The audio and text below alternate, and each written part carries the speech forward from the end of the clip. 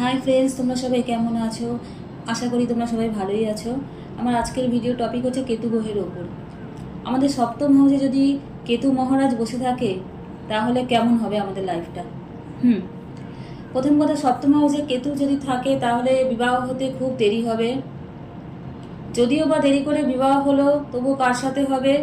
যদি সে পুরুষ হয় তাহলে তার বিবাহ হবে একজন বিধবা মহিলার সাথে। যদি সে স্ত্রীলোক হয় তার বিবাহ হবে এমন একজন পুরুষের সাথে যার নাকি আগে স্ত্রী মারা গেছেন। 2 নম্বর হচ্ছে এই জাতক জাতিকেরা হবে খুব লম্পট টাইপের। লম্পট মানে তো বুঝতে পারছো, পরিষ্কার বাংলা, এটা আমি আর ভেঙে বললাম না, লম্পট।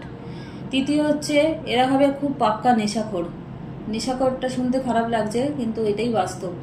এখানে পুরুষ হোক বা স্ত্রীলোক হোক দুজনেই কিন্তু নেশা করবে, মানে জাতক জাতিকা সবাই নেশা করবে এখানটায় সপ্তম হাউসে যদি কেতু থাকে।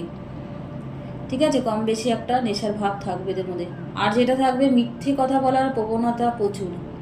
মিথ্যে কথা এমন সুন্দর সাজিয়ে গুছিয়ে পরিবেশন করবে তোমার কাছে, তুমি বুঝতেই পারবে না, ভাববে 100% সত্যি কথা বলছে, কিন্তু আদপও না, পুরোটাই হচ্ছে মিথ্যে।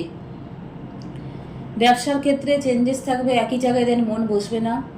এরা সবসময় চাকরি বা ব্যবসায় ধরে রাখতে পারো, ব্যবসাটা বারবার চেঞ্জ করবে। আজ এই ব্যবসা করছে, কালকে সেইটা, পরশুদিন ওইটা, মানে একটা ব্যবসাতে যে টিকে ধরে থাকবে সেটা এদের মধ্যে নেই, অলস প্রকৃতির হয়।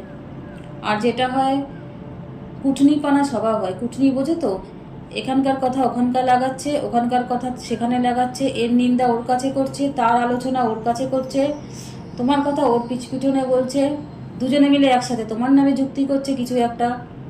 এই হচ্ছে কূটনীতিক ব্যাপার। এই কটা স্বভাব এই কেতুর মধ্যে থাকবেই, কেতুর জাতজাতিকাতে থাকবেই যদি সপ্তম হাউসে থাকে কেতু মহারাজ।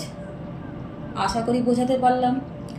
নেক্সট টাইম আর একটা ভিডিও নিয়ে আসবো এরকম, হয়তো রাহু মহারাজকে নিয়ে আসবো বা শনি মহারাজকে নিয়ে আসবো। ততক্ষণের জন্য আপনারা সবাই ভালো থাকবেন। Thanks for watching.